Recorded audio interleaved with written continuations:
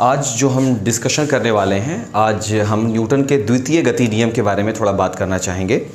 Generally होता क्या है कि हम लोगों को न्यूटन का जो दूसरा गति नियम है वो यह बता दिया जाता है कि किसी वस्तु पर लगने वाला बल यानी फोर्स उस वस्तु के द्रव्यमान और त्वरण के गुणनफल के बराबर होता है।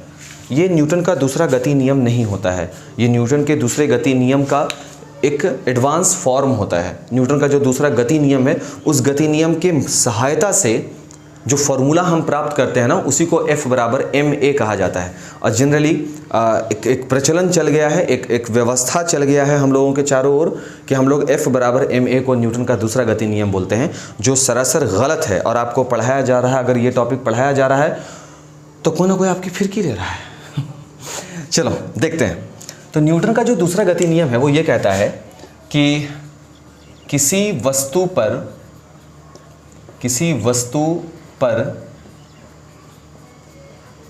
लगने वाला बल उस वस्तु के संवेग परिवर्तन की दर के समानुपाती होता है।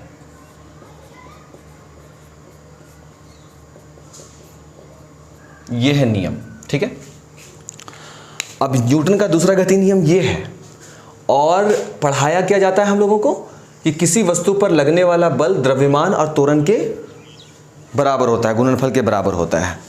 हम लोगों को यहाँ पर विशेष ध्यान रखना होगा कि नियम जो होता है बाबू, जो किसी के शब्द होते हैं, नियम जो होता है वो किसी के शब्द होते हैं और हम लोग जो टीचर होते हैं उन लोगों का ये काम होता है कि उन शब्दों को व्याख्या सहित आप तक पहुंचा दें। भाई मेरा बस यहीं पे काम ख़त्म हो जाता है।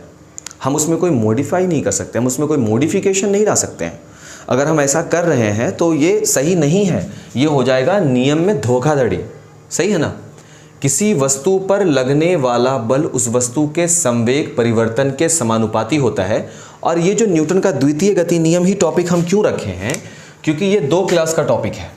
ये क्लास 9 का भी टॉपिक है और क्लास 11 का भी टॉपिक है और हम इन दोनों को ही पढ़ाएंगे, दोनों को ही क्लास में डिस्कशन चलेगा, इसलिए आप इसको रख लें। और दूसरा ज़रूरी बात है कि ये साइंस पढ़ने वाले हर एक बच्चे का टॉपिक है। न्यूटन का जो 3 गति नियम है, first law of motion, second law of motion, third law of motion, इसको भले ही हमारा सिलेबस कितना ही कैटेगराइज क्यों ना कर दे, 9वां में दे दे, 11वां में दे दे, लेकिन देखा जाए तो गति के 3 नियम न्यूटन के द्वारा दिए गए बहुत ही आसान और गति के बारे में अच्छे से समझाता हुआ नियम में से एक है ना। और ये किसी क्लास में बंद कर रहे, ये देखा जाए तो ये एक हम लोगों का एक पीड़ित मानसिकता का निशानी हो सकता है, क्योंकि न्यूटन का गति नियम को हम रोक नहीं सकते हैं। मतलब ये किसी क्लास में बंधने की चीज़ नहीं है, ये व्यवहारिक चीज़ है।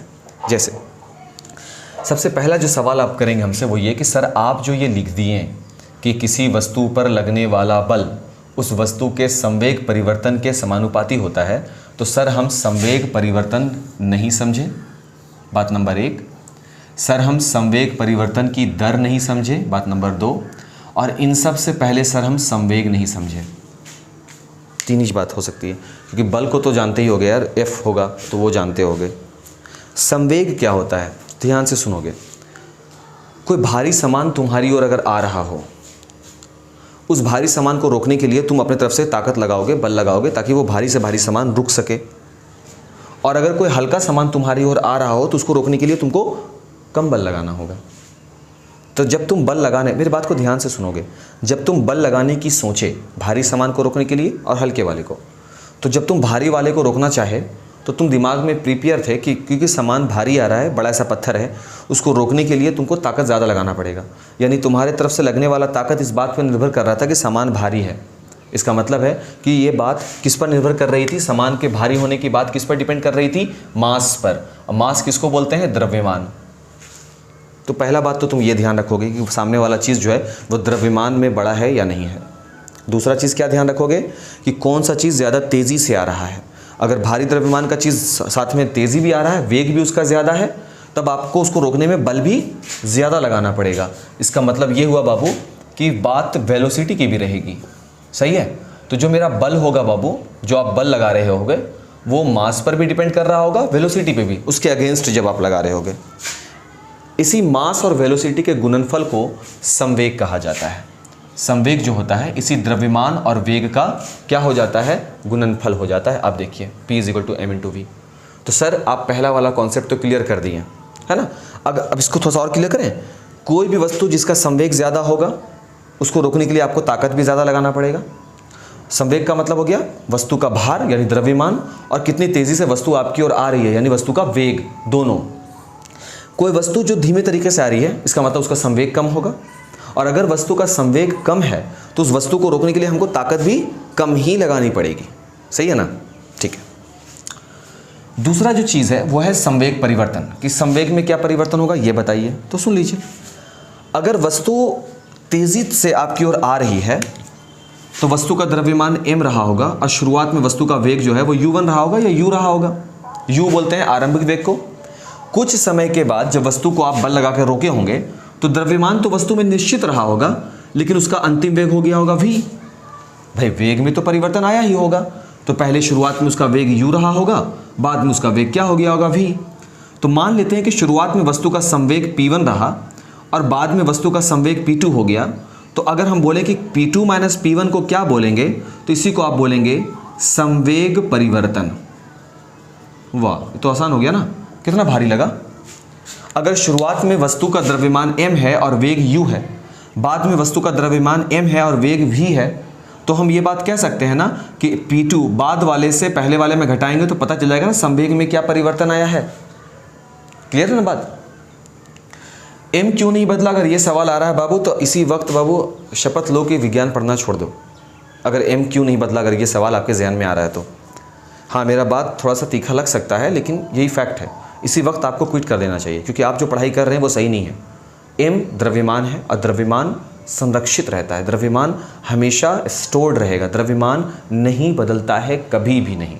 ठीक, तो P2 - P1 हो गया संवेग, संवेग परिवर्तन। और उसके बाद हम एक और लाइन दिया था, संवेग परिवर्तन की दर। तो दर, ये जो संवेग में परिवर्तन है, ये क्या एक जगह बैठे बैठे परिवर्तन हो गया या संवेग में परिवर्तन किसी चीज़ के बदलाव के साथ हुआ? तो जवाब होगा यस सर। समय में जैसे जैसे बदलाव हुआ संवेग भी बदला। 10 बजे कोई गेंद आपकी ओर आ रही थी, वो mu वेग से थी। जब गेंद आपके पास आई है 10:01 हो चुका है और उस समय उसका वेग, अंतिम वेग है v। तो समय अंतराल आ चुका है t। उसी समय अंतराल t अगर लगा दें तो इस पूरे को कंबाइंड रूप से बोलेंगे हम लोग संवेग परिवर्तन की दर। कितना आसान तरीके से हम आपको 3 बात क्लियर किया, संवेग क्लियर किया, संवेग परिवर्तन क्लियर किया और परिवर्तन की दर क्लियर किया समय के सापेक्ष। अगर समय के सापेक्ष संवेग में परिवर्तन हो तो उसे ही संवेग परिवर्तन की दर कहेंगे। संवेग अंतिम संवेग में से आरंभिक संवेग घटा देंगे तो संवेग परिवर्तन कहलाएगा। द्रव्यमान किसी भी वस्तु का हमेशा निहित रहता है, बदलता नहीं है। u को शुरुआती वेग और v को अंतिम वेग से सूचित करते हैं। किसी वस्तु का संवेग उस वस्तु के द्रव्यमान m और वेग v के गुणनफल के बराबर है। ये पता हमको तब चला जब किसी वस्तु को रोकने में द्रव्यमान के अकॉर्डिंग भी ताकत लगाना पड़ा और वेग के अनुसार भी ताकत लगाना पड़ा। यहां तक बात क्लियर है? देखिए ध्यान से, अब आगे। तो अब हम इस फॉर्मूला के अकॉर्डिंग चीज को रखते हैं। तो किसी वस्तु पर लगने वाला बल, बल किसको बोलेंगे? F, force. उस वस्तु के संवेग परिवर्तन की दर, यहां से यहां तक संवेग परिवर्तन की दर, यानी ये संवेग परिवर्तन की दर के समानुपाती होगा। कंटेंट राइटिंग जो भी है वो आपको क्लास में अवेलेबल हो जाएगा। अगर आप टीसी में, ताज क्लासेस में अगर आप पढ़ते हैं तो आपको इसका कंटेंट मिल जाएगा। ये बस थ्योरेटिकल है चीज़, तो हम सोचे कि आपको थोड़ा सा समझा दें। आगे F समानुपाती P2 - P1/T। इसके बाद अब हम ध्यान से इस चीज़ों को थोड़ा सा ऑब्जर्व करेंगे और लिखेंगे। हम लिख रहे हैं F प्रोपोर्शनल P2 का मान है mv माइनस P1 का मान है mu और भाग लग गया कितना से? T से। mv और mu कैसे आया है हम डिस्कस कर चुके हैं यहाँ पर। F प्रोपोर्शनल दोनों के पास ही m है तो m को बाहर ले लो तो v माइनस यू और अपॉन t, और हम f प्रोपोर्शनल m और a लिख देंगे क्योंकि a बराबर होता है v minus you upon T. अगर आप फिजिक्स के इस चैप्टर में पहुंचे हैं तीसरा, जिसका मतलब है कि आप दूसरा चैप्टर अच्छे से पढ़े होंगे जो गति का चैप्टर है, वहाँ पर सरल रेखीय गति के लिए त्वरण शब्द आया होगा, एक्सेलरेशन। उसके लिए आप जाने होंगे कि त्वरण जो होता है वो वेग परिवर्तन की दर किसके, समय के सापेक्ष। त्वरण जो होता है वो वेग परिवर्तन की दर के समानुपाती होता है।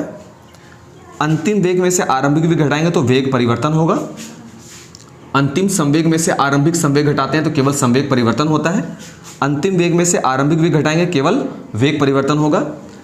संवेग परिवर्तन की दर, जब दर शब्द आएगा तो उसके लिए समय के सापेक्ष बदलाव को दर्शाना है तो टी लगा दिया। अब ये आपका आंसर नहीं है। आप देखिए यहाँ पे देखिए समानुपाती का सिंबल है। जब हम ऐसा कोई सिंबल हटाएंगे तो हमको एक कांस्टेंट लेने की आवश्यकता हो जाती है। तो F इज इक्वल एक कांस्टेंट के एम ए ले लेते हैं, जहाँ पर के को हम बता रहे हैं कि आप क्या हैं, आप एक कांस्टेंट हैं। और डायरेक्ट के बराबर 1 रख करके कुछ लोग इसका सॉल्यूशन दे देते हैं, जो कि सही नहीं है। डायरेक्ट के बराबर 1 नहीं रखेंगे। आप क्या करेंगे, देखिए यहाँ पर F बराबर के एम ए आ गया। ये बल है, द्रव्यमान और त्वरण, तीन बातें तो पता चलती हैं। के जो है वो कांस्टेंट राशि है। कांस्टेंट कितनी होगी वो देखिए, अगर बल यानी F 1 न्यूटन हो, अगर द्रव्यमान यानी कि मास 1 kg हो, और अगर त्वरण एक्सेलरेशन कितना हो, 1 मीटर प्रति सेकंड स्क्वायर। सही है ना। तो 1 न्यूटन को बाबू हम ऐसे भी तो लिख सकते हैं ना, 1 किलोग्राम मीटर सेकंड पे पावर -2। अब बोलोगे सर आपको ये कैसे पता चला, बहुत रटते हो ना, बराबर एम ए, वही से तो मिला है। फोर्स बराबर, यहाँ बना देते हैं, चलो कोई बात नहीं। फोर्स बराबर मास गुने एक्सेलरेशन से बल के मात्रक को ढूंढे तो मास का हो जाएगा kg और त्वरण का मात्रक होता है मीटर प्रति सेकंड स्क्वायर, तो ये मिल जाएगा किलोग्राम मीटर सेकंड पर पावर -2। यही हो गया बल का मात्रक, इसी को हम क्या बोलते हैं, 1 न्यूटन। तो 1 न्यूटन बिल्कुल किसके बराबर है, 1 kg मीटर सेकंड -2। अब आ जाइए अपने इक्वेशन को लेकर के समीकरण 1 पर। तो समीकरण 1 से अगर 1 न्यूटन का बल लग रहा है, यहाँ तो k हो गया, m के जगह पर हम रख देंगे 1 kg, और साथ ही a के जगह पर हम रख देंगे 1 मीटर सेकंड पर पावर -2। देखिए सही है। kg मीटर सेकंड -2 से न्यूटन हटा दीजिए, क्योंकि न्यूटन और kg मीटर सेकंड -2 आपस में बराबर है, क्योंकि इक्वल निशान है इनका। यहाँ भी 1 है, यहाँ भी 1 है, यहाँ भी 1 है, तो k का मान भी क्या बन गया, 1 बन गया। समझे k बराबर 1 कैसे रखते हैं। यहाँ पर डायरेक्ट रख देते हो तुम लोग k बराबर, क्योंकि तुमको मकसद तो तुम्हारा रहता है बराबर m में लाना, बस कैसे ले आना, कैसी घसीट करके। यहाँ है, यहाँ देखो बाबू। अब आगे k का मान कहाँ रखना है, समीकरण 1 में रखने पर, 1 में रखने पर F इज इक्वल के एम ए, के जगह पर 1 रख दिया, और तब आपको मिलता है F बराबर एम ए। क्या हम ये कहें कि ये न्यूटन का द्वितीय गति नियम है, नहीं कह सकते। इसको हम कहते हैं न्यूटन का द्वितीय गति नियम, और इसी गति नियम का ये है दीर्घ रूप। ये है न्यूटन के द्वितीय गति नियम का एक्सपैंड फॉर्म, जो ये कहता है, क्या कहता है, कि किसी वस्तु पर आरोपित बल F उस वस्तु के द्रव्यमान m तथा त्वरण त्वरण के गुणनफल के बराबर होता है। बस ऐसे ही बाबू मन किया थोड़ा सा कि इस टॉपिक को डिस्कस करें, क्योंकि हम कुछ दिन पहले क्लास 9 को पढ़ा रहे थे, तो बच्चे लोगों को ये टॉपिक बहुत ही अच्छा लगा।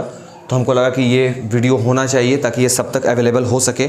ये चीज़ जानकारी का अगर चीज़ हो तो उसको जितना ज़्यादा हो सके उसको डिस्ट्रीब्यूट करें। हमको थोड़ा दिक्कत हो जाता है वीडियो अपलोड करने में, है ना, क्योंकि बाकी बच्चे लोग तो क्लास में पढ़ ही लेते हैं, सभी के पास मोबाइल है नहीं, सभी के पास इंटरनेट वगैरह होता नहीं है, क्योंकि हम लोगों को पता है कि हम लोग कहाँ हैं, हम लोग विलेज में हैं और यहाँ की चीज़ें इसी तरीके से चलती हैं। तो जो इंपॉर्टेंट हमको लगेगा, ऐसा हमको लगेगा कि आप भूल सकते हैं या आपको इसे बार बार देखने की ज़रूरत पड़ सकती है, तो उसको हम वीडियो आपके सामने इसी तरीके से लाते रहेंगे। अगर आपको वीडियो अच्छा लगा है तो कमेंट ज़रूर करें, कमेंट में हमको बताएं कि हाँ ये टॉपिक ठीक ठाक था। और इसी तरीके से अगर आपको लगता है कि क्लास 9 का कोई और टॉपिक डिस्कस किया जाए तो प्लीज़ कमेंट बॉक्स में ज़रूर बताएं। हम पूरी कोशिश करेंगे अपना समय निकाल कर आपको वो टॉपिक थोड़ा सा इसी तरीके से क्लियर करने का।